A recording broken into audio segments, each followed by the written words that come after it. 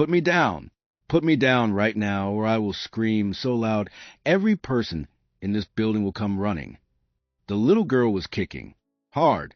Her tiny sneakers were connecting with the security guard's forearm over and over again, and she was not stopping, not slowing down, not even thinking about stopping. Her brother was on the floor beside her, sitting perfectly still with his knees pulled to his chest, watching with eyes so wide and so dark they looked like two holes cut into the universe. He was not crying. He was not moving. He was just watching. And that was somehow worse than the screaming. The lobby of Mercer Tower at 6:47 in the morning was supposed to be quiet. It was supposed to be marble floors and soft lighting, and the sound of expensive shoes clicking toward elevators. It was not supposed to be this. It was not supposed to be a 5-year-old girl dangling from a security guard's arms like a caught fish, and it was not supposed to be a little boy sitting on the cold floor with a backpack that had a broken zipper and a stuffed bear hanging out of it and a handwritten note safety pinned to the front of his shirt. Nobody had touched the note yet, and that was the problem. That was the thing that was making head of security Ronald Briggs sweat through his collar at 6:47 in the morning, because he had read that note from 3 feet away when he first walked up to these children, and what was written on it had stopped him cold in a way that 22 years of security work had never once done. The elevator at the far end of the lobby opened, and the man who walked out it was already looking at his phone, already talking, already moving at that particular speed that said the world around him was an obstacle course, and he was the only one who knew the route. Briggs. His voice was flat. His eyes were still on the phone. Why is there noise in my lobby? Ronald Briggs opened his mouth. The little girl stopped kicking. The little boy on the floor slowly lifted his head, and in a voice that was small and clear and absolutely certain, the boy said one word, "Dad." The man with the phone stopped walking. Before we go any further, if you have never subscribed to this channel, right now is the moment. Hit that subscribe button. Share this video with someone who loves a story that hits deep. Drop a comment and tell me, what do you think is written on that note? Because what happens next is going to change everything. Now let's go back. His name was Callum Mercer, and he had not smiled in 4 years. Not a real smile. Not the kind that starts somewhere behind your eyes and moves to your mouth on its own, without permission, without planning. He had the other kind. The kind you put on for a camera or a conference room. The kind that sits on your face like a piece of furniture nobody actually uses. That kind he had plenty of. The real kind was gone, and he had made his peace with that a long time ago. He was 38 years old, and he ran Mercer Capital Group, which was one of the largest private investment firms on the eastern seaboard. His father had built the foundation, and Callum had built everything else. And what everything else meant was 400 employees across 3 offices, a portfolio that touched real estate, technology, shipping, and energy, and a personal net worth that financial magazines like to put on their covers next to words like ruthless and visionary and the man who never loses. He was tall. He was precise. He wore charcoal suits that were cut exactly right, and he kept his dark hair short. And he did not waste time, and he did not tolerate inefficiency, and he did not, under any circumstances, bring his personal life to work. He did not have a personal life to bring. His assistant, a careful and deeply competent woman named Patricia Holm, who had worked for him for 6 years, kept his calendar and his boundaries with equal skill. She knew that he arrived at 6:45 every morning and left no earlier than 8 in the evening. She knew that he took his coffee black, and that he did not do small talk, and that the only personal item on his desk was a single photograph that he had never explained to anyone, and that no one had ever dared to ask about. On this particular Tuesday morning in October, Patricia was already at her desk on the 42nd floor when her phone buzzed with a message from Ronald Briggs downstairs. It said, "I need Mr. Mercer to come to the lobby. Now, it is not a security threat, but it is urgent. Please do not ask me to explain over text." Patricia stared at that message for a long moment. In 6 years, Ronald Briggs had never sent her a message like that. She picked up her phone and called Callum's cell. He was already in the elevator. He was already looking at his phone. He was already not in the mood. She told him to go to the lobby. She did not tell him why, because she did not know why, and Callum Mercer, to his credit, did not ask questions when Patricia said something was urgent. He pressed lobby on the elevator panel, And he went back to his emails, and the elevator took him down 42 floors in the kind of silence that only exists at the very top of a building before the rest of the world wakes up. The doors opened. He heard the noise before he saw the cause of it. The little girl was still being held by Briggs when Callum came around the corner of the elevator bank. And she was not kicking anymore, because she had gone completely still the moment she heard the elevator open. She was staring at him with her dark eyes and her tight curly hair pulled into two uneven pom-poms on either side of her head, and she was wearing a yellow jacket that was one size too small and jeans with a small iron-on patch on the knee shaped like a star. The little boy was still on the floor. His hands were flat on the marble beside him like he was checking to make sure it was real. He had the same dark eyes as a girl, the same deep brown skin, the same structure in his face. And when he looked up at Callum, his expression was not afraid. It was something else. It was something that sat between desperate and certain, like someone who's been waiting for a specific bus for a very long time and has just seen it turn the corner.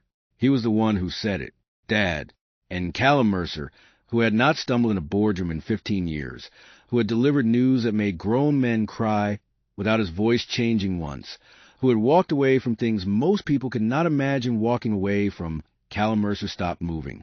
The word hit him in the center of his chest like something thrown from a great height. "Put her down," he said to Briggs. His voice was quiet, but it had a particular quality that every person in that building recognized. Briggs put the little girl down immediately. She straightened her jacket. She was not embarrassed.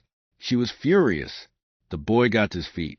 He was careful about it, unhurried, and when he stood, he picked up his backpack from the floor and held the strap with both hands. He looked at Callum, and he did not look away. Callum took 3 steps forward, and then he stopped again. He looked at the boy. He looked at the girl. He looked at the note pinned to the boy's shirt. He did not reach for it immediately. He stood in the center of his own lobby in his perfect charcoal suit, and he looked at these 2 children who had appeared in his building at 6:47 in the morning, and he felt something move in him that he did not have a name for yet. "What are your names?" he asked. His voice was even. The girl answered first. She always did, a fact that would become clear very quickly. "I'm Zara," she said, "and that's my brother. His name is Zion. We're 5. Well, I'm 5 and Zion is also 5 because we're twins. And we're not lost. We know exactly where we are. We are exactly where we're supposed to be." Callum looked at her for a long moment. "Who brought you here?" he said. "Our grandma," Zion said. His voice was quieter than his sister's, softer, but it was steady. "She dropped us off. She said to give you this." He pulled at the note on his shirt, tried to unpin it, and his fingers were small and the safety pin was stiff, and Callum watched him struggle with it for a moment before he crouched down. He was eye level with both of them now. He unpinned the note carefully. He straightened up. He opened it. The handwriting was not steady. It moved across the page the way writing does when the person holding the pen is doing everything in their power to keep it together and not quite succeeding. It was not long. It was 5 sentences. But Callum read those 5 sentences, and then he read them again, and then he was still for a period of time that made Ronald Briggs take a very quiet step backward. He folded the note. He put it in the inside pocket of his jacket. He looked at these 2 children in his lobby. "Briggs," he said. "Yes, sir." "Clear my morning." There was a pause. "Sir, you have the Donovan group at 8. "Clear. My morning." "Yes, sir." He looked down at Zara and Zion. Zara was watching him with her arms crossed and her chin slightly lifted. The body language of someone who has decided to reserve judgment but is not ready to give any ground. Zion was watching him with that same quality of patient certainty, like he had already decided something that nobody else in the room had figured out yet. "Are you hungry?" Callum asked. Zara uncrossed her arms about a quarter of an inch. "Maybe," she said. Zion said, "Yes." Callum looked at a security chief. "Get someone to the kitchen on 40, he said. "Something warm." He looked back at the children. "Come with me." He turned and walked toward the elevators. He did not look back to see if they were following. They were. The elevator ride to the 40th floor was the quietest 2 minutes of Callum Mercer's recent memory, and his life had a great deal of quiet in it, so that was saying something. Zara stood on his left with her arms folded again. Zion stood on his right with his backpack straps held in both hands. They were looking up at the numbers changing over the elevator door. Callum was looking at the numbers too. He was not thinking about the numbers. He was thinking about the note. 5 sentences, 38 words. And the last 4 of those words were the ones that were sitting in the center of his chest and pressing. Their mother is gone. That was 4 of the 38 words. And he would not let himself go further than that right now, in this elevator, with these children beside him. He would not let himself think about what gone meant and what it would mean and what it had been meaning in the months before today, while he had been here in this building adding numbers and winning deals and being the man who never loses. The elevator opened. He took them to the conference room that had the long windows, the ones that looked out over the city. At this hour, the city was doing the thing it did in October, that gray-gold color that came from low clouds and early light. And the view from 40 floors up had a particular quality of distance that Callum had always appreciated. The distance was the point. Up here, things were far away. Zara pressed her nose against the glass. "We're really high," she said. "Yes," said Callum. "Are you scared of heights?" she asked. "No. Zion is," she said, "but he won't say so." Zion sat down at the conference table with his backpack in his lap and said nothing, which seemed to confirm everything. A woman from the building's private kitchen came in with a tray not long after. There were 2 bowls of oatmeal with brown sugar. There were 2 glasses of orange juice. There were 2 small plates with toast. She set everything down with the practiced efficiency of someone accustomed to serving people who expected things to appear on time and not comment on them. Zara climbed into a chair and immediately picked up her spoon. Zion set his backpack carefully on the chair beside him and did the same. Callum sat at the head of the table and did not eat anything. He watched them. He was very good at watching. It was one of the things that made him excellent at what he did. That capacity for careful observation without the need to fill the space with his own noise. He had watched across boardroom tables and across negotiating tables and across tables in restaurants where the meal was secondary to the deal being made. And in all of those situations, he had been watching for leverage, for weakness, for the angle that would give him what he needed. He was watching these children now, and he did not know what he was looking for. Zara ate with energy and purpose. Like everything she did, she made a small sound of approval at the oatmeal, which was apparently high praise. She looked around the room while she ate, cataloging everything: the long table, the chairs, the white bars on the wall with their race equations still faintly visible, the stack of folders at the far end, the phone unit in the middle of the table, the view out the windows. Zion ate more slowly. He was watching Callum while he ate, openly, without apology, the way children watch things they're trying to understand. After a little while, Zion said, "You have a sad face." Callum looked at him. "Not crying sad," Zion said, like he was being precise. "The other kind. The kind that's been sad a long time." There was a pause. "Zion," Zara said, in the tone of a person who has had to redirect their sibling many times before. "It's a true thing," Zion said to her. He looked back at Callum. "I'm not trying to be rude. I just notice faces." "It's fine," Callum said. His voice was level. He looked at Zion, and the boy looked back at him without blinking, and Callum thought, this child has no idea what he just said, and he has also said exactly the right thing. "Our mom had a sad face, too," Zion said. At the end, the room went very still. "Zion," Zara said again, but this time her voice was different, softer, like even she was not sure he should stop.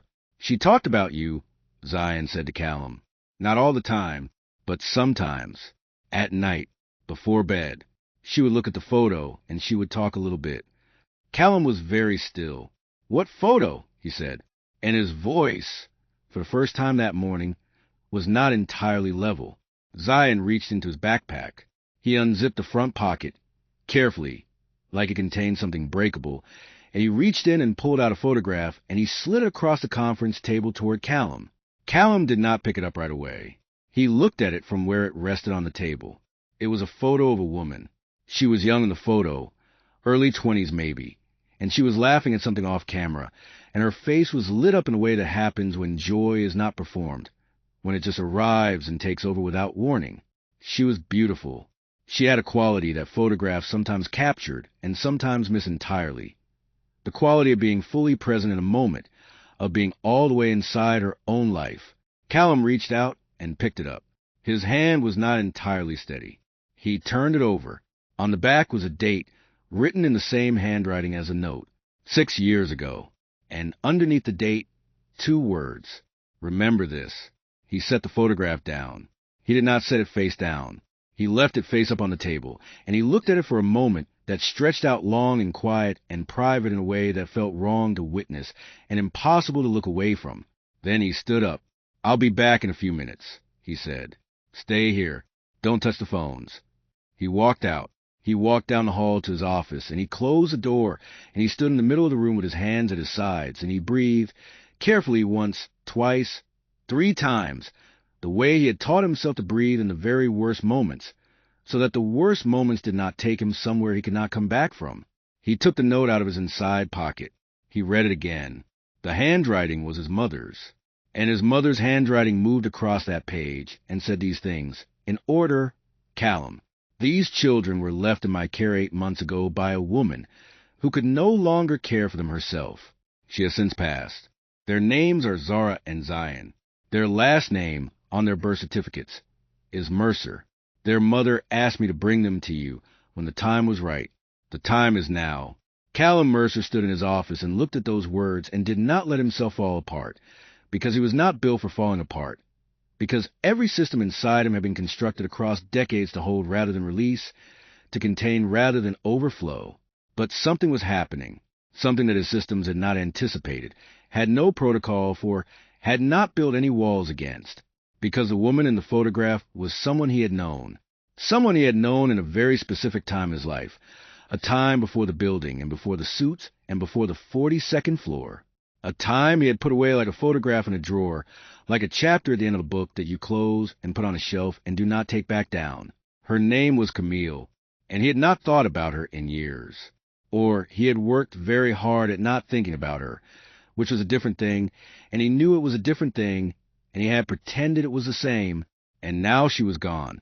And the note said Mercer. He folded the note. He put it back in his pocket. He put the photograph from the table into his jacket pocket as well, very carefully, like it was fragile, and then he straightened his jacket.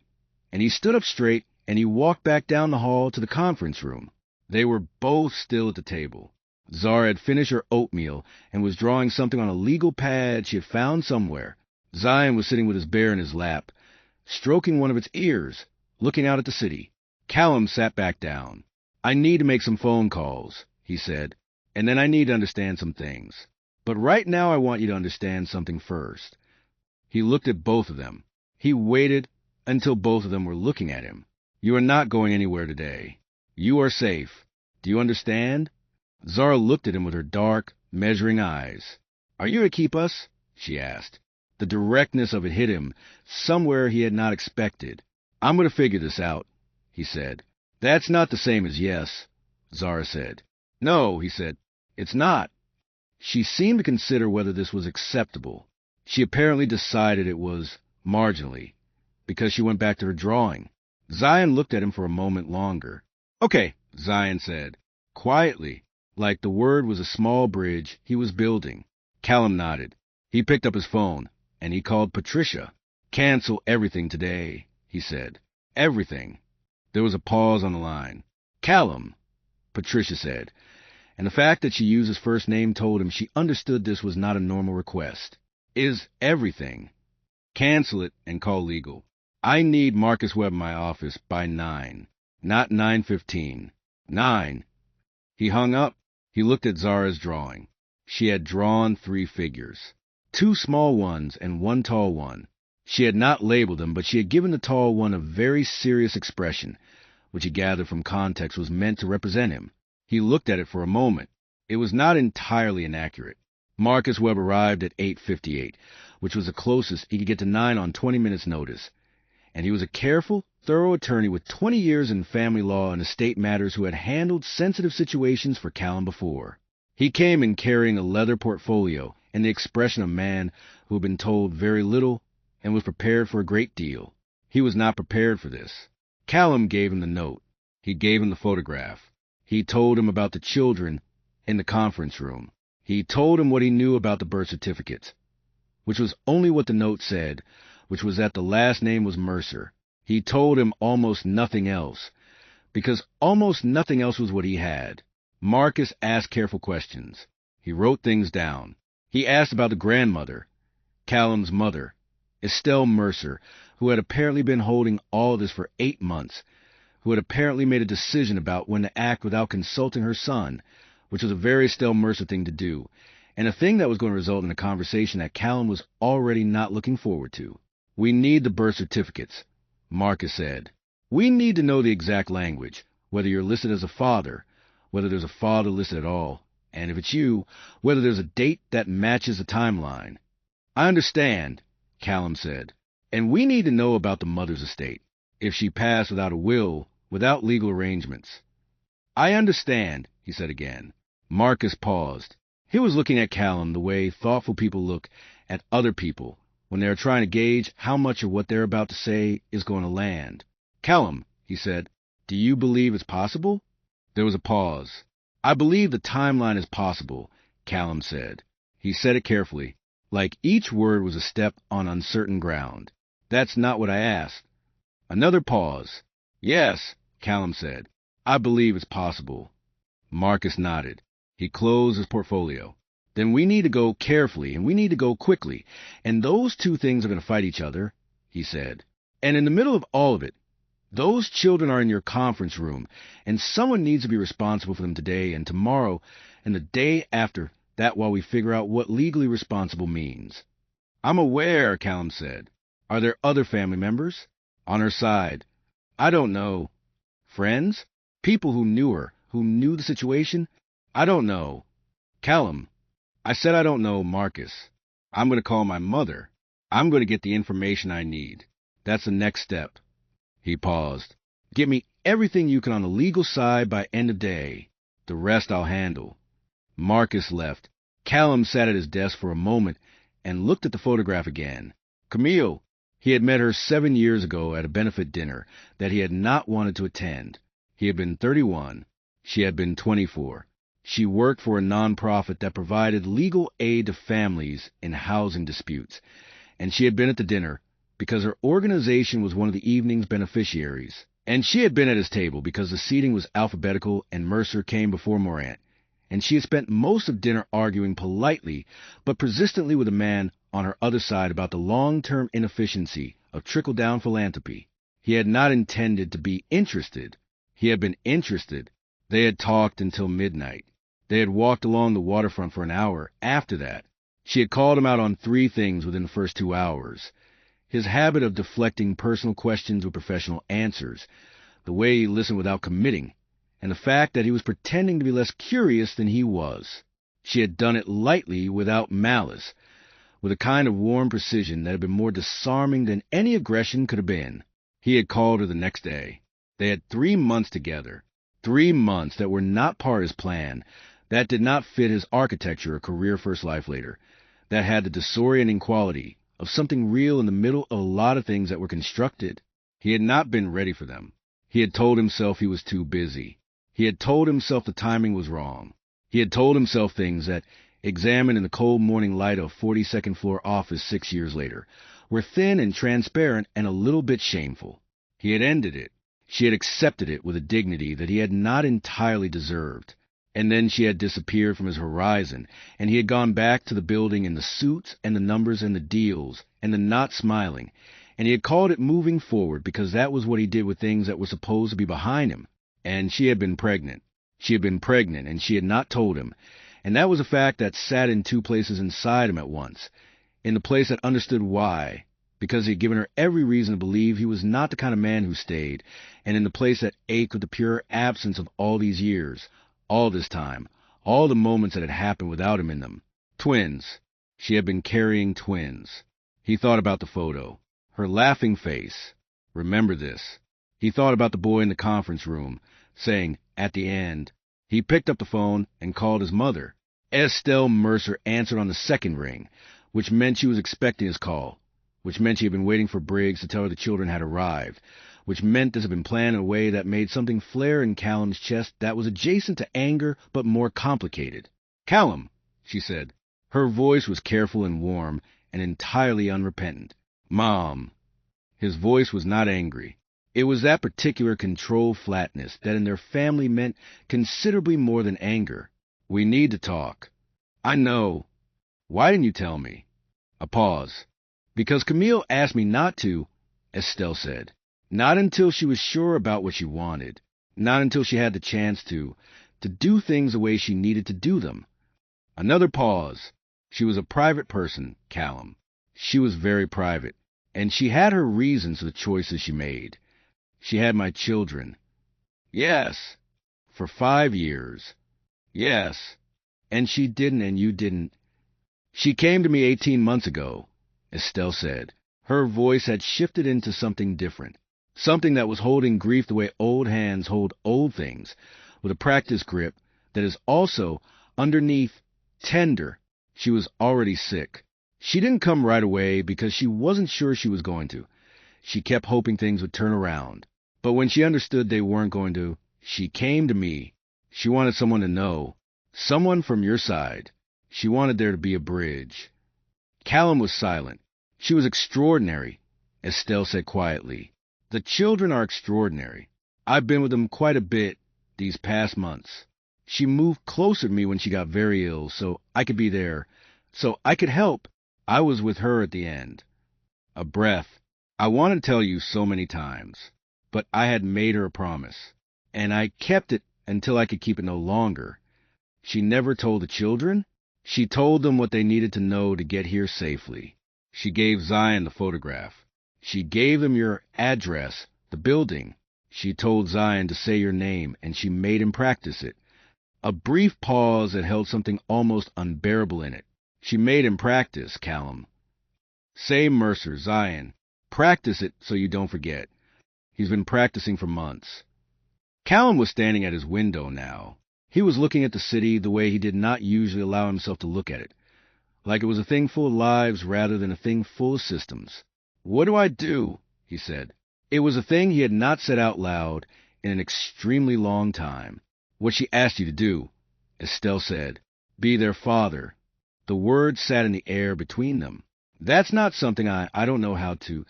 You'll learn, his mother said, with the serene certainty of a woman who has watched her son build complex things from first principles his whole life and has full faith that this will be no different. They need a home. They need consistency. They need someone who will still be there in the morning. That part you already know how to do. The rest you'll figure out. Mom. His voice was not flat now. It was something else. Something with a crack running through it. She's gone. She's actually gone. A pause. Yes, Estelle said softly. She is. He stood at the window for a long moment. She should have told me, he said. Yes, she should have. And you should have stayed. Estelle's voice was gentle, but it was not soft. She had always been the one person in his life who could say the true thing without flinching. You both made choices. She made hers, and you made yours, and here you are now. Here they are now. The question isn't what should have happened. The question is what you're to do with what is. He thought about Zion's voice in the lobby. That one word.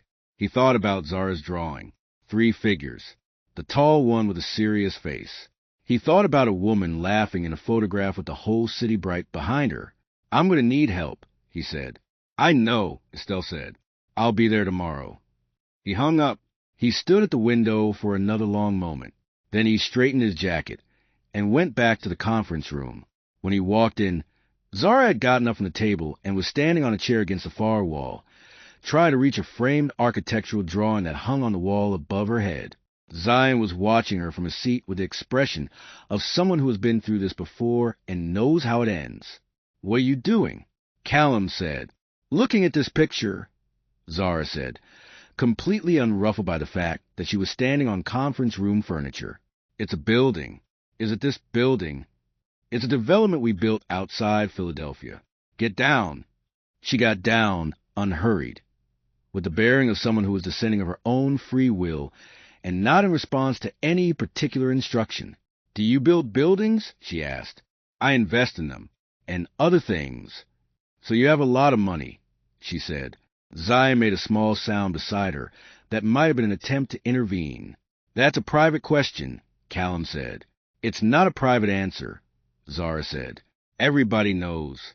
Our grandma said you have more money than sense sometimes, but she said it with love. Callum looked at her. Something happened at the corner of his mouth. It was not quite a smile, but it was a thing that lives just before a smile, the territory right at the edge of it, and it had been a long time since anything had brought him to that territory. Your grandmother, he said carefully, is a very honest woman. She said that about herself, too, Zara said. He pulled out a chair and sat down. He looked at both of them. They looked at him. The morning light was coming to the windows now, and it was doing that thing it did in October, warm and slanted and a little melancholy, and it was falling across the table, and across these two faces that had appeared in his lobby out of the whole vast future, and were now just here, present, looking at him. I need to tell you something, he said. They waited. I didn't know about you, he said. I want you to understand that. I didn't know you existed. Not until today. He looked at Zion. Not until you said my name. He looked at Zara. I'm not saying that to make excuses. I'm saying it because I want you to know that I'm not someone who knew and didn't come. I didn't know, and now I do. Zion nodded slowly. Zara was looking at him with that measuring look again. Are you in a cry? She asked. No, he said. Zion cried when we found out about Mama, she said. I didn't. I held his hand, though. That's the right thing to do, Callum said. She said you were a good person, Zara said. She said you were complicated. She said sometimes good people are complicated. He had no answer for that. He sat with it. She was a good person, too, he said finally. She was the best person, Zion said. Simply, without drama, like it was just a fact, like telling you the temperature outside. Yes, Callum said. I think she was. The room was quiet. Outside the windows the city was waking up now, the distant traffic building to its mid-morning frequency, and from 40 floors up it looked like something alive and indifferent, all that movement and noise, and here in this room it was very still, like they were outside time for a moment. 3 people figuring out the coordinates of a new world. Can we see where you live? Zara asked. Eventually, Callum said. Today? Not today. Tomorrow? Maybe tomorrow. He paused. I have a lot to arrange. We don't take up a lot of space, Zara said. We share a room at Grandma's house. We each have a side. What's on your side? He asked, and he was not entirely sure why he asked it, only that it felt like the right question. Books, she said immediately, and my drawing stuff, and my lamp. I like to draw at night. He looked at Zion. What about you? Zion thought for a moment. Benny, he said, holding up the bear, and my rocks. Your rocks? I collect them, from different places. Grandma takes us places sometimes, and I get a rock from each place. He reached into his backpack and pulled out a small cloth pouch and opened it. 3 rocks tumbled onto the conference table with a series of small sounds. A dark, smooth one, a pale, rough one, a reddish, flat one. This one is from the park near Grandma's house. This one is from the botanical garden. This one is from the beach. We went to the beach once. Callum looked at the rocks on his conference table. Those are good ones, he said. Zion carefully put them back in the pouch and put the pouch back in his backpack. Callum stood up. I'm going to make some calls, he said. And then we're going to go somewhere and get you some things you'll need. And then we're going to talk more. He paused. I know this is a lot of new things at once. I know that's hard. Are you doing okay? Zara looked at her brother. Zion looked at her. Some communication passed between them that did not require words. The language of twins, of people who had been together from before they understood what language was. We're okay, Zion said. And then, with the same quiet certainty he'd been carrying since the lobby, we knew you would be nice. Callum looked at him. I'm not always nice, he said. It came out more honest than he intended. We know, Zara said. Grandma told us that too. She said you're fair, though she said fair is better than nice anyway. He thought about that. He thought his mother, for all her deceptions of omission, was still the wisest person he knew. All right, he said. Stay here. I'll be back in half an hour. He walked out. And in the hallway, out of sight, he stopped walking for just a moment. He put his hand against the wall. He stood still. He thought about a boy in a lobby saying a single word with the conviction of someone who had been practicing it for months.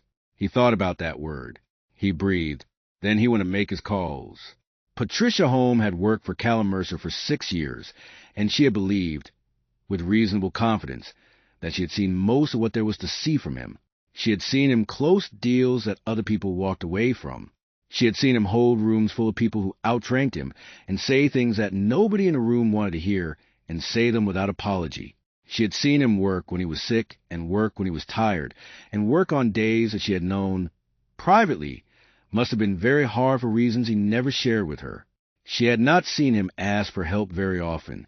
When he came out of the conference room and came to her desk and told her quietly and specifically what had happened, she sat very still and let him finish. And then she said, without hesitation, "I'll take care of everything you can't do today. Tell me what you need." He told her. She wrote it down. She did not express surprise. She did not ask him how he was feeling. She did not do any of the things that would have made him have to navigate something he was not ready to navigate. She simply looked at her list and said, "Give me 2 hours," and picked up her phone. He went back to the conference room and worked at one end of the table while the children occupied the other end. Zara drew. Zion sorted his rocks and then carefully put them away and then took out a small worn paperback from his backpack and read it or looked at it. Callum could not tell from his angle whether the boy was reading or just holding the pages.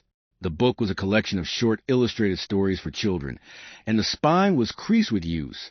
And Callum thought about who had read it to him and felt that pressure in his chest again. At one point, Zara slid a drawing across the table to him, without comment. He picked it up. It was a drawing of a building.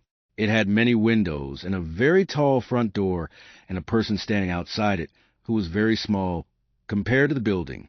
She had drawn the building in blue and the small person in yellow. He looked at it for a long moment. "Is this building supposed to be here?" he asked. "No," she said. "It's a house. Your house. I imagined it. You've never seen my house." "I know. I just thought it might look like that." He looked at the drawing again. The house was enormous, and the little yellow figure was very small and very alone in front of it. "That's quite a big house," he said. "You're rich," she said practically. "It's not as big as that," he said. "How many rooms?" He paused. He actually had to think about it. 8, he said. "I think." Her eyes went wide just a fraction. 8 rooms for one person, she said. She was not judging. She was just processing. "I don't use most of them," he said. "That's silly," she said, and went back to her drawing. He sat with that. It was silly. He had bought the townhouse because it was an investment and because it was in the right neighborhood, and because the square footage made sense on paper, and he had never thought once about the fact that he was one person rattling around inside 8 rooms like a single marble in a very large jar. He had not thought about it because he had organized his life very carefully to not think about things like that. Patricia appeared at the door at 11:30. "I found a service that places temporary home staffing. They can have someone at your place by 4 o'clock, a woman with experience in childcare, references checked, short term to start." She looked at her notepad. Marcus Webb called back. "He can see you at 1. He's been in touch with the county records office. He should have some information on the birth certificates by then." "Good. Also," she paused, "your mother called my line." "I know. She'll be here tomorrow morning." "I know that too." Patricia nodded. She looked briefly at the children, who both looked back at her with their identical dark eyes. "Hello," she said to them. "Hello," Zara said. "Are you his helper?" "I help him run things, yes." "Does he say please?" Patricia looked at Callum. Callum looked at Patricia. "Sometimes," Patricia said carefully. "Grandma says please is very important," Zara said. "Your grandmother is right," Patricia said, and her voice was professionally neutral, but her eyes were doing something Callum had never seen them do before, which was trying very hard not to laugh. She left. Callum looked at Zara. "I say please," he said. "When you remember," Zara said. She was not looking up from her drawing. He had nothing to say to that. Zion, very quietly, made a small sound that was definitely a laugh, quickly suppressed. Callum looked at him. Zion was looking at his book with a face of pure innocence. He took them out at noon. Not to his home yet. There was too much still unsettled, too many moving pieces, and he was a man who did not move until foundation was laid.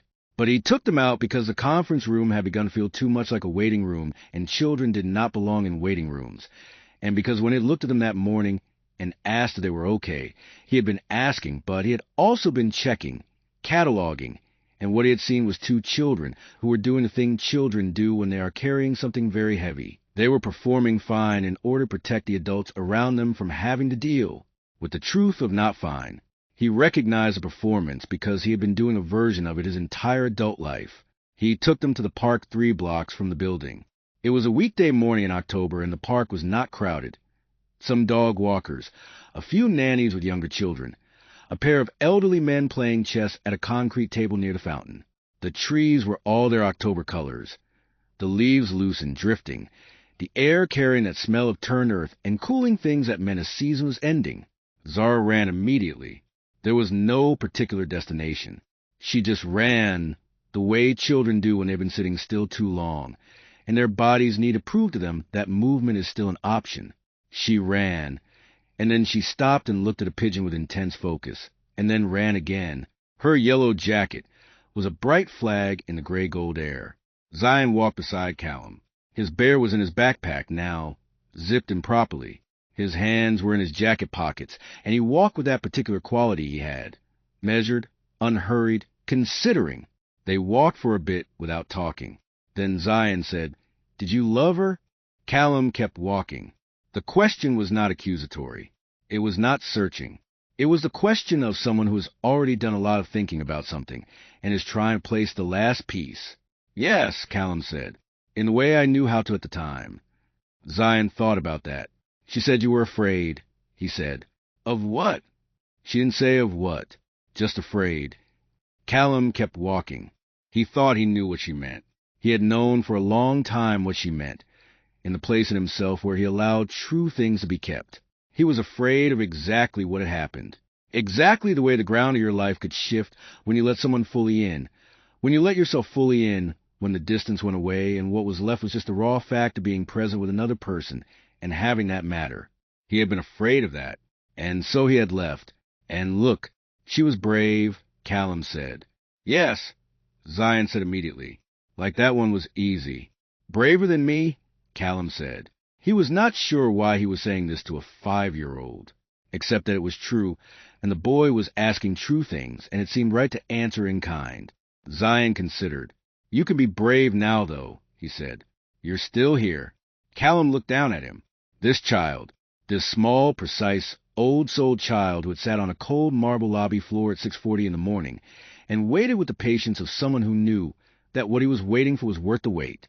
"Yeah," Callum said. "I'm still here." Zara came running back.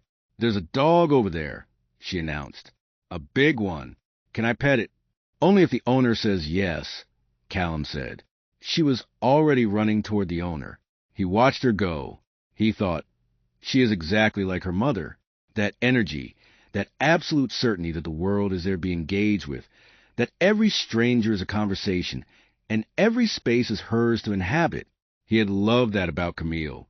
He had loved it, and it had also frightened him, that openness, because he had known even then that it was a quality he did not have and did not know how to match.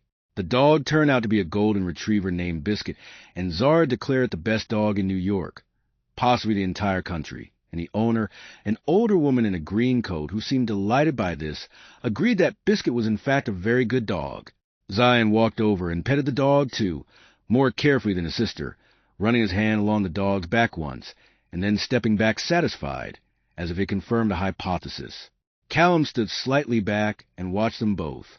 And the thing that had been pressing in his chest all morning pressed harder, because this was what he had missed. This was the sum of what his choices had cost. Not in the abstract, not as a concept, but as a specific afternoon in October. This light, these two small people and a golden retriever named Biscuit, this ordinary undramatic realness that would have been his all along if he had been different, if he had been braver, if he had understood sooner that the things worth keeping are exactly the things that scare you most. He had built a great deal. He had kept very little. The meeting with Marcus Webb at 1 was in a conference room in Marcus's office building downtown. And Callum brought the children, because there was no one else to leave him with yet, and because the alternative was leaving them in his building with security guard, and that felt wrong in a way he could not fully articulate, but that he had learned to listen to. Zara sat in the corner and drew. Zion sat beside her and read his book. They were, it turned out, remarkably capable of occupying themselves, a quality Callum suspected they had developed out of necessity over the past months of a mother who was ill and a world that was reorganizing itself around them without their consent. Marcus had the birth certificates. He had obtained copies to the county records office, and he slid them across the table, and Callum picked them up and read them. Father, Callum James Mercer, his own name, in print, on an official document that was 5 years old. She had listed him. She had chosen to list him, to make it legal, to give him his name, even when she had chosen not to tell him, even when she was doing this alone. He thought about what that meant. He thought about a woman who was 26 years old and pregnant and sick, choosing to keep this connection in place, choosing to leave his name there like a door with a lock on it that she was keeping on behalf of her children, in case they needed it someday. He thought about what kind of love that was. It was a love that did not need anything back, that held the door open even for someone who had walked away from it, that put his name on a piece of paper not to make a claim, but to preserve an option for 2 small people who had not yet arrived. His throat was tight. Marcus talked through the legal implications carefully. As a listed father on the birth certificates, Callum had rights, but there were procedures. A DNA test would be the cleanest confirmation. Though the birth certificate created legal presumption, there was the matter of the mother's estate. Minimal, it seemed, but some personal effects, some arrangements. There were no other family members on Camille's side who had come forward. She had been an only child. Her own parents were gone. There was, in all practical terms, no one else. There was just this. There was just him. Marcus said there would be paperwork, and there would be a process, and there would be time before everything was official. But in the immediate term, since there was no competing claim and Callum was named on the birth certificates, he was in a strong position to provide care. In plain language, Marcus said, "You can take them home.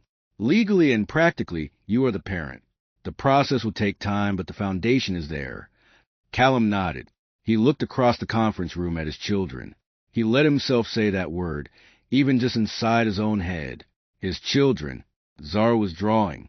She had borrowed 2 pens from the receptionist outside, and was working with great concentration on something that appeared to involve a horse.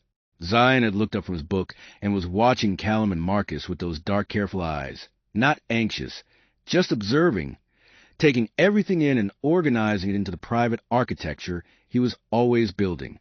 When Callum's eyes met his, Zion gave a small nod. It was a very small thing, but it was a thing that broke something open in Callum Mercer's chest that had been closed for 4 years. That small, deliberate, entirely serious nod from a 5-year-old boy who had crossed the city with a note pinned to his shirt and a stuffed bear in his bag, and 1 word memorized, ready to say it to whoever needed to hear it most. Callum looked away before anything happened to his face. He gathered the documents. He thanked Marcus. He stood up. "Come on," he said to the children. "We're going to your new home." The townhouse was on a quiet street in the West Village. It was 4 stories, red brick, with window boxes that currently held only the dry stems of whatever had been growing in them before the season turned. The front steps were worn stone. The door was dark wood, and inside was exactly what 8 rooms' expensive, professionally decorated emptiness looked like. Technically perfect and entirely unlived in. Zara walked in and immediately started opening doors. Callum did not stop her. He followed her through the ground floor while Zion walked carefully beside him, looking at everything with his particular quality of attention. The architectural drawings on the walls, the books arranged on the built-in shelves, the kitchen with its restaurant-grade appliances that had the look of things rarely used. "You have a lot of books," Zion said. "I read a lot." "What do you read?" "Mostly things about business. Some history. A few other things." Zion looked at the shelves. "We don't have a lot of books," he said. "Mom got them from the library, mostly, but we have my storybook." He patted his backpack. "And Zara has her art books." "We can get more," Callum said. Zion looked at him. Okay, he said. And then, thank you. The thank you was so properly placed and so entirely genuine that Callum had to look away at the bookshelf for a moment. Zara was calling from somewhere above. There's a room up here with nothing in it, she called. Nothing. Just a floor and a window. That's a spare room, Callum called back.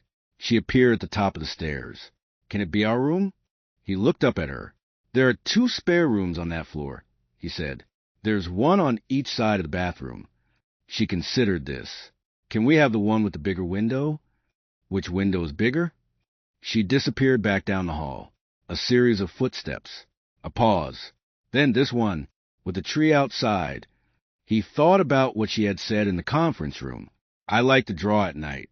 I like my lamp. Yes, he said. You can have that one. She screamed with quality of pure joy that rattled gently in the stairwell. Zion, beside him, smiled. It was the first smile Callum had seen from a boy all day. It was quiet and small, the way the boy was quiet and small, but it was genuine, and it changed his whole face the way smiles do, and Callum recognized something in it that made his breath go a little unsteady. He recognized it because he had seen the same smile in a photograph, the woman laughing at something off camera. The same quality of joy, unself-conscious and specific and entirely itself. She used to smile like that, Callum said. He had not intended to say it. Zion looked up at him. I know, he said quietly. Grandma says I look like her when I smile. Callum nodded. He looked at the bookshelf. He said after a moment, I'm sorry she's gone. Me too, Zion said.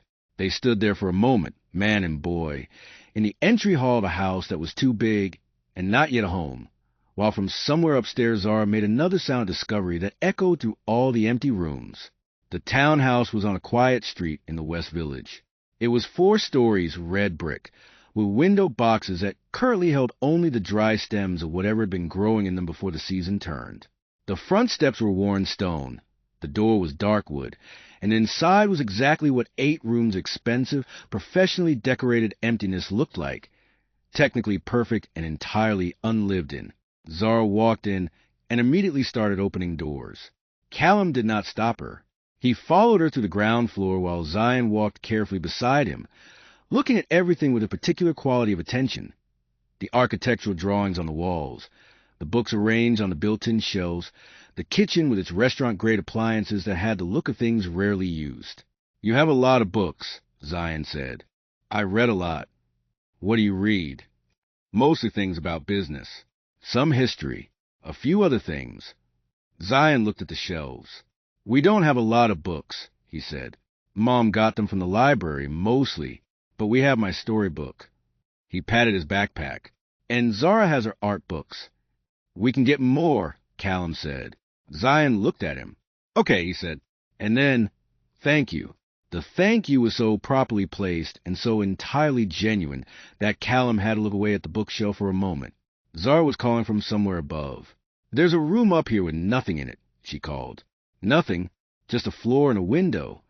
That's a spare room, Callum called back. She appeared at the top of the stairs. Can it be our room? He looked up at her. There are 2 spare rooms on that floor, he said. There's one on each side of the bathroom.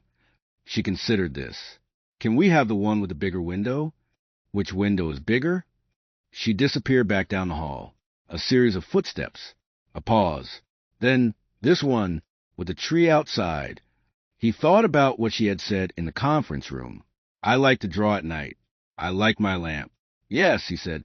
You can have that one. She screamed with quality of pure joy that rattled gently in the stairwell. Zion, beside him, smiled. It was the first smile Callum had seen from a boy all day.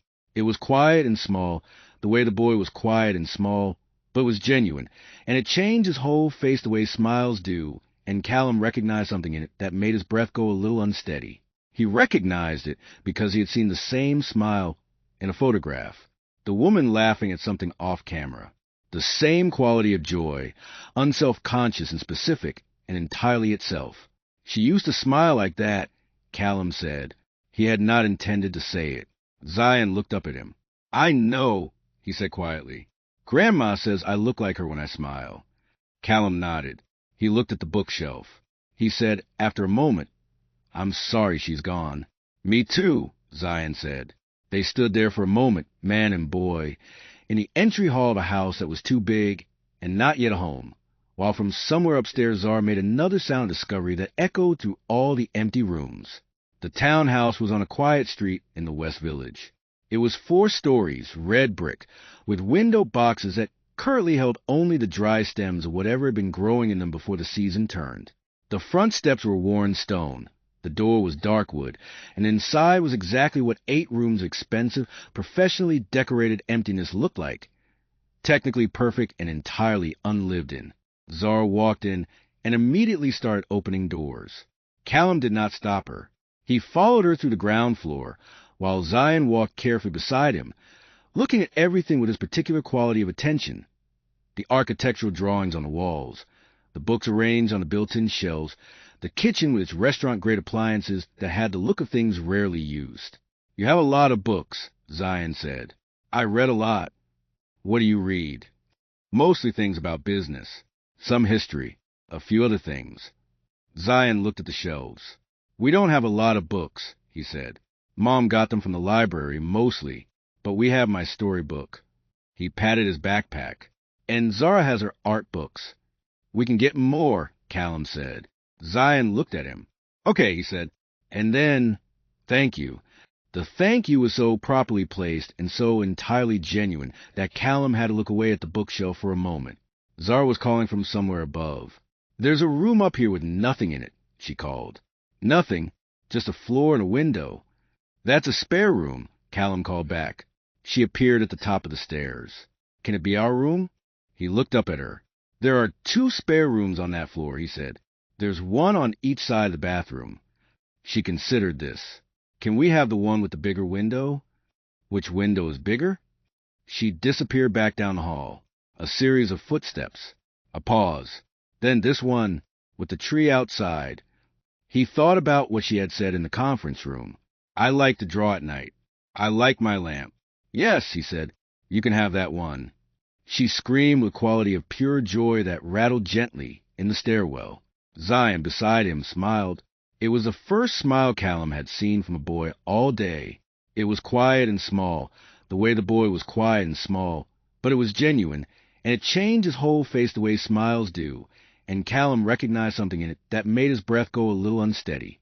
He recognized it because he had seen the same smile in a photograph, the woman laughing at something off camera. The same quality of joy, unself-conscious and specific, and entirely itself. She used to smile like that, Callum said. He had not intended to say it. Zion looked up at him. I know, he said quietly. Grandma says I look like her when I smile. Callum nodded. He looked at the bookshelf. He said, after a moment, I'm sorry she's gone. Me too, Zion said. They stood there for a moment, man and boy, in the entry hall of a house that was too big and not yet a home, while from somewhere upstairs Zara made another sound discovery that echoed through all the empty rooms. The townhouse was on a quiet street in the West Village. It was 4 stories, red brick, with window boxes that currently held only the dry stems of whatever had been growing in them before the season turned. The front steps were worn stone. The door was dark wood, and inside was exactly what 8 rooms of expensive, professionally decorated emptiness looked like. Technically perfect and entirely unlived in. Zara walked in and immediately started opening doors. Callum did not stop her. He followed her through the ground floor while Zion walked carefully beside him, looking at everything with a particular quality of attention. The architectural drawings on the walls, the books arranged on built-in shelves, the kitchen with its restaurant-grade appliances that had the look of things rarely used. You have a lot of books, Zion said. I read a lot. What do you read? Mostly things about business, some history, a few other things. Zion looked at the shelves. We don't have a lot of books, he said. Mom got them from the library, mostly, but we have my storybook. He patted his backpack. And Zara has her art books. We can get more, Callum said. Zion looked at him. Okay, he said. And then, thank you. The thank you was so properly placed and so entirely genuine that Callum had to look away at the bookshelf for a moment. Zara was calling from somewhere above. There's a room up here with nothing in it, she called. Nothing, Just a floor and a window. That's a spare room, Callum called back. She appeared at the top of the stairs. Can it be our room? He looked up at her. There are 2 spare rooms on that floor, he said. There's one on each side of the bathroom. She considered this. Can we have the one with the bigger window? Which window is bigger? She disappeared back down the hall. A series of footsteps. A pause. Then this one with the tree outside. He thought about what she had said in the conference room. I like to draw at night. I like my lamp. Yes, he said. You can have that one. She screamed with a quality of pure joy that rattled gently in the stairwell. Zion, beside him, smiled. It was the first smile Callum had seen from the boy all day. It was quiet and small, the way the boy was quiet and small, but it was genuine, and it changed his whole face the way smiles do, and Callum recognized something in it that made his breath go a little unsteady. He recognized it because he had seen the same smile in a photograph. The woman laughing at something off camera. The same quality of joy, unself-conscious and specific, and entirely itself. She used to smile like that, Callum said. He had not intended to say it. Zion looked up at him. I know, he said quietly. Grandma says I look like her when I smile. Callum nodded. He looked at the bookshelf. He said after a moment, I'm sorry she's gone. Me too, Zion said. They stood there for a moment, man and boy, in the entry hall of a house that was too big and not yet a home, while from somewhere upstairs Zara made another sound of discovery that echoed through all the empty rooms. The townhouse was on a quiet street in the West Village. It was 4 stories, red brick, with window boxes that currently held only the dry stems of whatever had been growing in them before the season turned. The front steps were worn stone. The door was dark wood, and inside was exactly what 8 rooms of expensive, professionally decorated emptiness looked like. Technically perfect and entirely unlived in. Zara walked in and immediately started opening doors. Callum did not stop her. He followed her through the ground floor while Zion walked carefully beside him, looking at everything with his particular quality of attention. The architectural drawings on the walls, the books arranged on the built-in shelves, the kitchen with its restaurant-grade appliances that had the look of things rarely used. You have a lot of books, Zion said. I read a lot. What do you read? Mostly things about business. Some history. A few other things. Zion looked at the shelves. We don't have a lot of books, he said. Mom got them from the library, mostly. But we have my storybook. He patted his backpack. And Zara has her art books. We can get more, Callum said. Zion looked at him. Okay, he said. And then, thank you.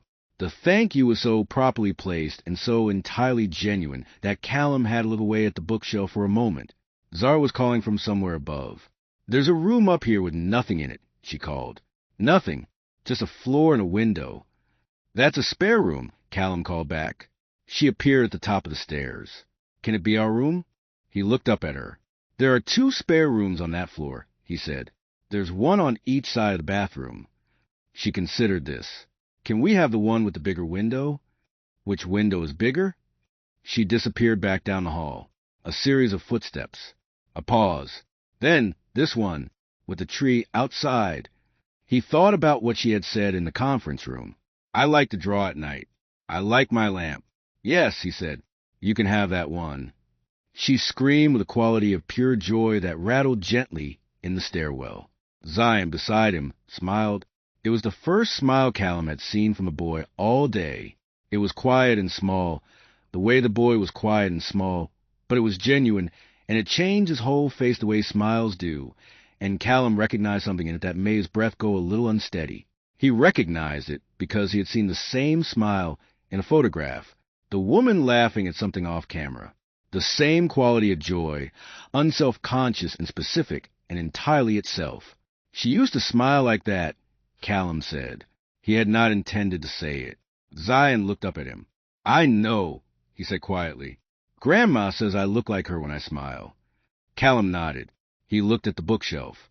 He said, after a moment, I'm sorry she's gone. Me too, Zion said. They stood there for a moment, man and boy, in the entry hall of a house that was too big and not yet a home, while from somewhere upstairs Zara made another sound of discovery that echoed through all the empty rooms. The caretaker, Patricia, had arrived at 4 o'clock, exactly. Her name was Dorothy. She was 61 years old. She had raised 5 children of her own and worked with families for 20 years after. And she had the quality of someone whose competence was so established it had become a kind of calm. She walked in, assessed the situation with a single sweeping look, said hello to the children with the warmth of someone who was interested in them as specific people rather than as a task, and then went to the kitchen to assess what was in the refrigerator. The answer was very little. She made a list in a small notebook. She looked at Callum. "I'll need to go to the store," she said. "I'll have someone go. I'd rather go myself. I like to pick things out." She glanced at the children. "Zara, Zion, what do you like to eat?" This turned out to be a conversation of some depth. Zara had opinions about pasta and strong feelings about broccoli. Zion had a fondness for soup and a specific preference for a particular kind of crackers that he described very precisely.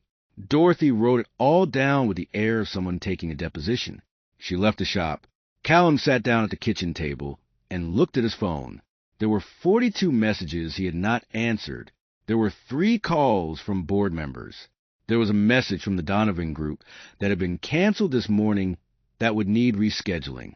There was the entire apparatus of his professional life waiting for him with the patient pressure of something that does not go away simply because you stop looking at it. He put the phone face down on the table. He looked at the 2 children at the other end of the kitchen who had found a piece of paper and were drawing on it together, side by side, with the 2 pens Zara had apparently retained from Marcus's office, without anyone noticing. He watched them. He thought about the note in his pocket. He took it out and read it again, the 4th time now, and it was not different from the other 3 times, but it felt different, now that he was in this kitchen, now that they were here. The last line he had not let himself read fully before. He read it now. "She said she loved you," it said. "Not the complicated way. The simple way. The way you love what you lost when you understand what it was." He folded it. He put it back in his pocket. He looked at the window. The afternoon was going. The light was dropping in that particular October way. Fast and final. The gold leaving the sky in stages like something being recalled. He thought, "I missed 5 years." He thought, "I have the rest." Estelle Mercer arrived the next morning at 7:45, 20 minutes before she had said 7:30, which was early even for her. She had driven up from Philadelphia, which she had apparently done without sleeping much, and she came to the front door with a large bag and the expression of a woman who would prepare to be welcomed or to withstand not being welcomed with equal composure. Callum opened the door and looked at her. She looked at him. She was 70 years old, and she was small, and she had the same dark eyes as her grandchildren, and she had spent the previous 8 months managing something alone that she should not have to manage alone, and she knew it, and he knew it, and both of them knew that the conversation about it was coming. But not right now. Right now she stepped forward and put her hand on his face the way she had done when he was small, briefly and precisely, and then she stepped past him into the house. Zara appeared at the top of the stairs. "Grandma!" And then there was running, and there was a sound of small feet on stairs, and Estelle dropped her bag and opened her arms, and the little girl came into them, and she held her with the kind of holding that was not a hug exactly. It was something more fundamental than that, something that said, "I have you, and I am here, and nothing is going to happen to you. Not on my watch." Zion came down the stairs more slowly and went to her when Zara stepped back and let his grandmother hold him too, and she held him longer, because he was the one who held his crying on the inside, and she knew it, and she held the outside of him until whatever was inside had some more room. Callum watched from the doorway. Dorothy appeared from the kitchen with coffee. Life, with its absolute lack of sentiment about its own timing, continued. The morning of the 3rd day was when everything changed again. Callum had been at his desk in the townhouse study at 6 a.m., not his office building, because he had decided he was not going to the office building this week, a decision that had caused several professional earthquakes that Patricia was managing with her usual surgical competence. When he heard a sound in the hallway, he opened the door. Zion was sitting on the floor outside his study door, cross-legged, in his pajamas, with his bear and his book. Callum looked at him for a moment. "What are you doing?" he asked. "I woke up early," Zion said. "You can go back to sleep." "I don't usually," Zion said. He looked at the study door. "What do you do when they're so early?" "Work." "Can I sit out here?" Callum considered. You won't be bored? Zion held up his book and his bear in explanation. Callum went back inside. He left the door open, and Zion sat in the hallway with his book and his bear, and the thin gray morning came through the window at the end of the hall, and Callum worked at his desk, and neither of them needed to talk, and somehow it was not empty the way mornings usually were. Somehow it had a different texture, the presence of another person, even a small, quiet one, sitting just outside the door, just there. At 7:15, Zion said from the hallway, "Can I come in?" "Yes," Callum said. He came in and sat down in the leather chair in the corner that no one ever sat in, and put his bear in his lap, and looked at the desk and the papers and the laptop. "What are you working on?" he asked. "Looking at the finances of a company that wants us to invest in them," Callum said. "Why do they want you to invest?" "Because they need money to grow and we have the money." "How do you know if they're good to invest in?" Callum looked at him. He had not explained what he did to anyone in a long time. He had been explaining it to boards and analysts for years, but that was not really explaining. That was presenting. This was different. This was a small boy in a corner chair asking a genuine question with genuine curiosity.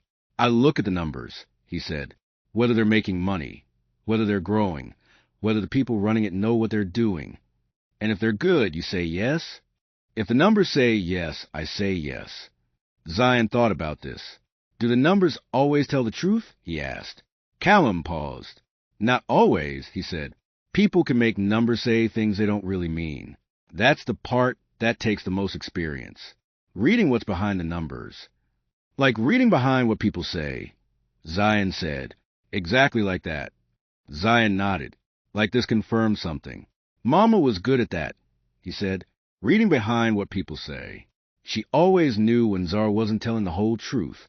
She would just look at her, and Zara would tell more." He smiled slightly. "Zara knows too, actually. She just likes the door to be open to say more later." Callum was looking at him very carefully. "She sounds like she knew people," he said. "She knew everybody," Zion said. "Not sadly, just factually.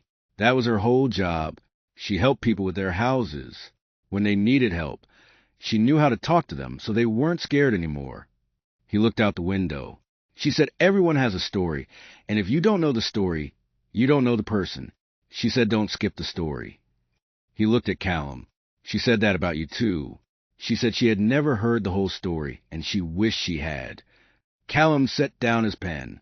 He looked at this boy, 5 years old, and carrying this. 5 years old and doing it with this kind of grace, this kind of precise, careful tenderness about the mother he had loved and lost, and was still loving in the way you love the permanent things. Not trying to hold on to what was gone, but honoring it by being what it made you. "I'll tell you the story someday," Callum said. "The whole thing, when you're older." Zion looked at him. "Not today. Some of it is complicated for right now." He thought about that. "Can you tell me one part?" he asked. Callum thought. "The first part," he said. "I can tell you the first part." He told him about the dinner. He told him about the waterfront. He told him about a woman who called him out on 3 things in the first 2 hours and laughed like she meant it. He told it the way you tell the first chapter of a story to someone who is old enough to understand that stories are more than their endings, that the beginning matters, that it always mattered. Zion listened without speaking. When Callum finished, the boy was quiet for a moment. Then he said, "She would be happy you told me that." Callum looked at him. "I think so too," he said. They sat in the study with the morning coming fully through the window now, and from somewhere down the hall the sound of Estelle's footsteps moving toward the kitchen, and from somewhere else the sound of Zara beginning to wake up, which in Callum's limited 3 days of experience meant she would be fully operational within approximately 90 seconds. He had not known 3 days could do this. He had not known 3 days could reorganize so much of the interior landscape of a person that they woke on the 3rd morning, and the house that had been quiet and large was neither of those things anymore, was instead a house with footsteps in it, and a child in the corner of the study, and coffee going downstairs, and another child about to launch herself into the day like a small missile of pure intention. He had not known how much he had been missing until it was here. He had not known that you could miss something you had never had. The DNA test came back on a Friday. Marcus called in the morning. The results were definitive. Callum was the biological father of both children. He was sitting at his kitchen table when the call came. Dorothy was in the kitchen behind him. Zara was at the table working on a drawing. Zion was at the other end of the table with his book. He put the phone down. He sat there. Zara looked up.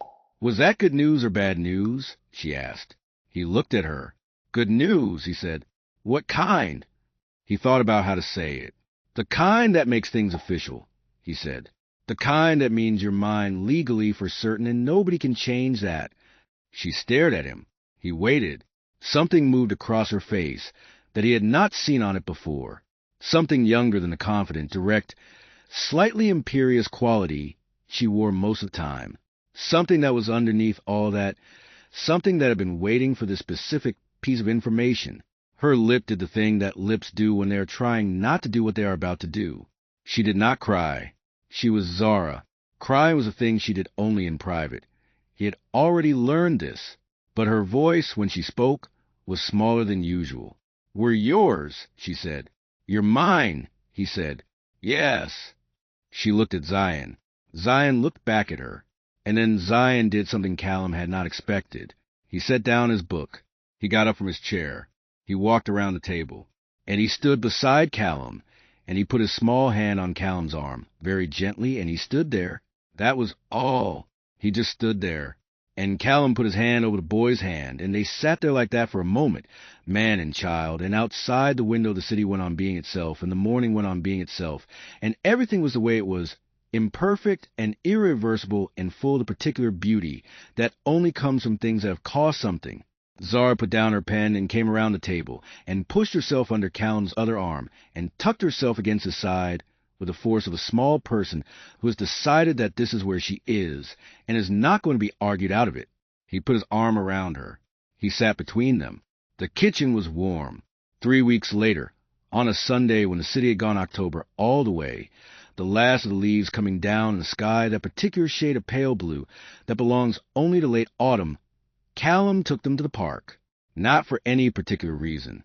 There was no agenda, no schedule, no purpose. It was just the park. It was just the three of them, which was a sentence that was still finding its shape inside him. 3 weeks in, still settling the way new things settle. Zara ran ahead on the path. Zion walked beside Callum with his hands in his jacket pockets and his eyes moving over everything the way they always did, cataloging and considering. "Can I ask you something?" Zion said, "Yes." "Do you still feel the sad face?" Callum thought about it, the honest version of thinking about it. Not the quick deflection. "Less," he said. "Some of it's still there.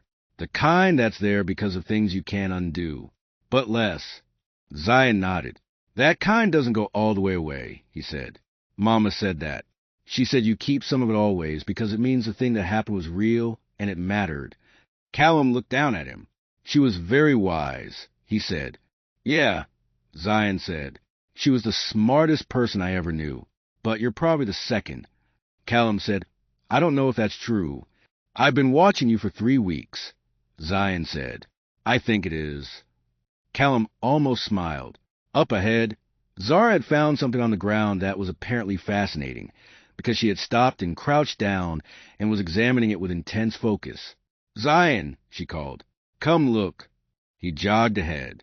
Callum walked behind, at his own pace, the way he moved through everything, deliberate and measured. Only now the measurement was for different reasons. Not distance but presence, not efficiency but attention.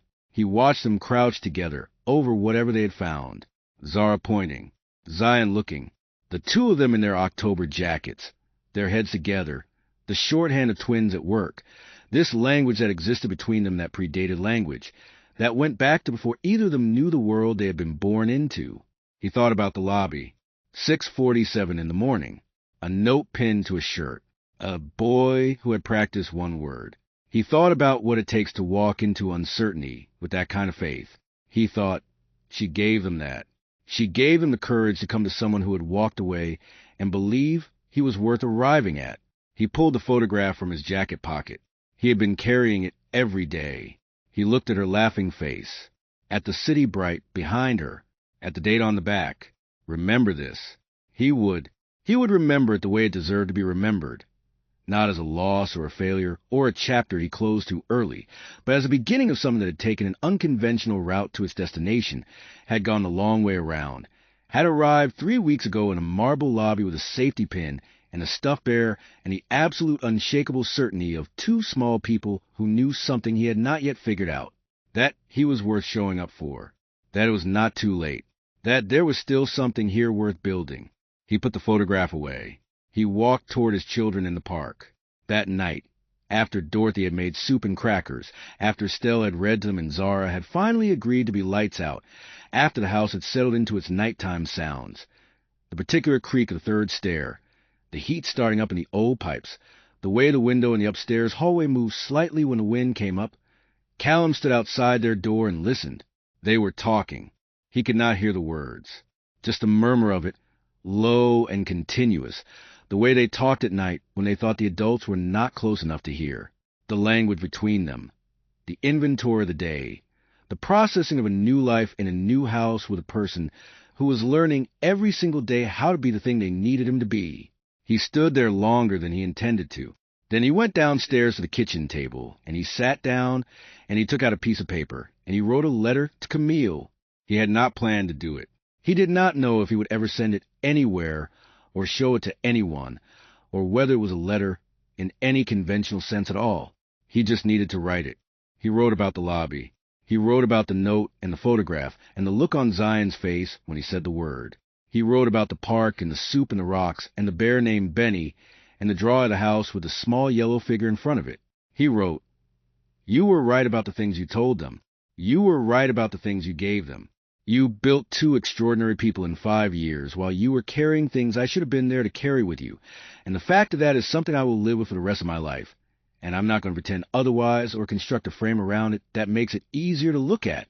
He wrote, "I am going to raise them the way you would want. I will not be perfect at it. I was not built for easy. But I was built to do hard things until they become possible and then to do them well. And this," he paused, holding the pen, "this is the first thing in a long time that has felt worth doing." He put the pen down. He sat in the warm kitchen in the quiet house. He thought about the words Zion had said in the lobby. One word, practiced for months, said with the certainty of someone who had been told, "Go there. He will be there. Say this word, and he will stop walking." He had stopped walking. He was still here.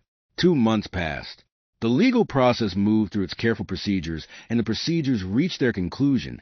And on a cold December morning, Callum Mercer sat in a courthouse in Lower Manhattan, with his mother on one side and Dorothy in the third row, and 2 children in their best clothes, Zara in a navy dress with white buttons, and Zion in a blue sweater and his nicest pants, and the judge, a woman in her late 60s with reading glasses and a no-nonsense efficiency that would have looked at home in A. Boardroom, signed the documents. And that was that. Zara asked if there was a certificate. The judge said there was not a certificate exactly, but there was a court order which was official. Zara said she thought there should be a certificate because important things should have certificates. The judge, who had been doing this for 21 years and had not been surprised in a courtroom for at least 10 of those, looked at Zara over her glasses for a moment. "You know," she said, "you are not wrong." Callum sat between them, Zara on his left, Zion on his right, the same configuration as the elevator. 3 months ago, a man and 2 children going up to the 40th floor, not knowing yet what they were to each other, only knowing they were something. Outside the courthouse it was cold. The kind of cold that meant the year was almost done, that everything was going to contract before it opened again. The city was in its December mode. Lights and hurry, and the particular energy of a place that does not stop for seasons, but acknowledges them in its own way. Estelle took photographs. She had brought a camera, an actual camera, not a phone, which was the kind of thing Estelle did because she understood that certain moments deserve the kind of permanence that a physical photograph carries, that weight and texture and the fact of it. She took one of Callum with both children, and in it, and he would see this later, when the photograph was developed, and Estelle handed it to him across the kitchen table with the expression of someone delivering something precious. In it, Callum Mercer was smiling, not the other kind, the real kind, the kind that starts somewhere behind her eyes and moves to your mouth on its own, without permission, without planning, the kind he had not had in 4 years. That evening, after the courthouse and a lunch Estelle had organized that was more of a party, after Dorothy had brought a cake that said Mercer family on it in blue icing, After Zara had eaten 2 pieces and Zion had had one and carefully saved the piece with his initial on it for last, after everything had been and gone and the evening had settled over the house the way evenings do, Zion came to the study door again. Callum was at his desk. "Can I ask you something?" Zion said. "Always," Callum said. The word surprised him as he said it. Always. He had not used it about very many things in his life.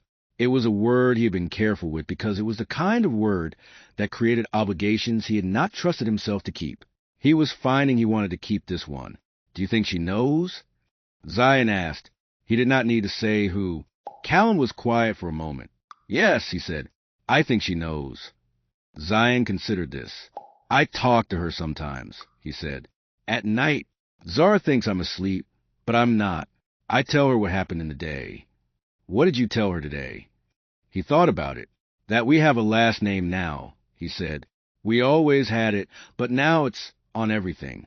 Official." He looked at Callum. "And that the sad face is a little more gone." Callum looked at his son. His son. He was still learning how to hold that word. Still learning how to say it to himself without the strangeness of it, the almost too largeness of it, the particular specific weight it carried. "Tell her I said hello," Callum said. Zion smiled. That smile, that exact smile, all the way to his eyes, the one that belonged to him, and also to her, the one that would be in this house for the rest of this house's story. "She knows," Zion said. He went to bed. Callum sat at his desk in the quiet study. The city moved outside. The pipes spoke their night language. Somewhere upstairs Zara was probably drawing by lamplight past her actual bedtime, a fact he was going to address tomorrow, and she was going to negotiate with the seriousness of a small person who takes artistic practice very seriously. He thought about the lobby. He thought about one word. He thought about how much of a life can turn on a single word, spoken by someone with the right voice, at the right moment, in the center of everything you had built your safety around. He thought, she sent them. She sent them knowing. She sent them not as a punishment for what had been, but as a gift for what could still be, because that was the kind of love she had, expansive enough to forgive and generous enough to send forward, and brave enough to believe that the person who had walked away was not the whole story. He opened his desk drawer. He put the photograph inside, carefully, face up, and then he looked at it for a moment. Remember this. He closed the drawer. He got up. He went up the stairs. He stopped outside their room and listened, quiet both of them. He stood there for a moment in the dark hallway of his house, with 8 rooms that were no longer empty, that were never going to be empty again. He breathed, and for the first time in 4 years, the breath that came out of him did not carry weight. But here's the thing about stories that are not finished. Here's the thing about closed doors and sealed chapters and photographs and desk drawers. 3 days later, Callum received a letter. It came in an envelope with no return address, forwarded through his attorneys from an address in Georgia. And when he opened it, he found 2 things inside. The first was a short, handwritten note. The second was a photograph he had never seen. The note said, in handwriting he did not recognize, "My name is not important right now. What is important is that you know something you don't know yet. Camille had a sister. The sister gave up contact years ago. But she has known about the children since the beginning. And she is coming." He read it twice. He looked at the photograph. It was Camille, older than the photograph he had. This one was recent, in the last year or 2. She was sitting outside somewhere, autumn around her, looking at the camera with a different expression than the laughing one, a quieter expression, a fuller one, the expression of someone who has understood something and is living inside that understanding. Beside her in the photograph was someone he did not recognize, a woman who looked like Camille, but was not Camille, older, sharper, looking at the camera with an expression that was also not quite readable. He turned the photograph over. There was one line. It said, "You have everything wrong." He set the photograph on his desk. He sat very still for a long moment, and in the house around him, his children were living their morning. Zara's voice carrying from the kitchen where she was explaining something to Dorothy with considerable authority, Zion's feet on the stairs, the ordinary music of a day beginning, and Callum looked at the photograph of a woman he did not know, and understood that the story was not where he had thought it was, that something had been held back, that whatever Camille's note had said Whatever 8 months of his mother's careful silence had arranged, there was something else, someone else, coming. He picked up the phone. And if you have stayed this far, you already know that you are never going to stop watching, because that is the nature of the stories that get into you. They do not stay in one place. They move like water. They find the cracks in what you thought was solid. They take the thing you thought was finished and turn it over in a light and show you what was on the other side. There's a woman coming with a photograph and a claim. There are 2 children upstairs who do not yet know what that means. And there's a man at a desk in the West Village who had just found out that everything he thought he understood was only half of what there was to understand. This is only the beginning. Subscribe, share this, and drop a comment below. Because what do you think she is wrong? What does he not know? Stay with us. The story is just getting started.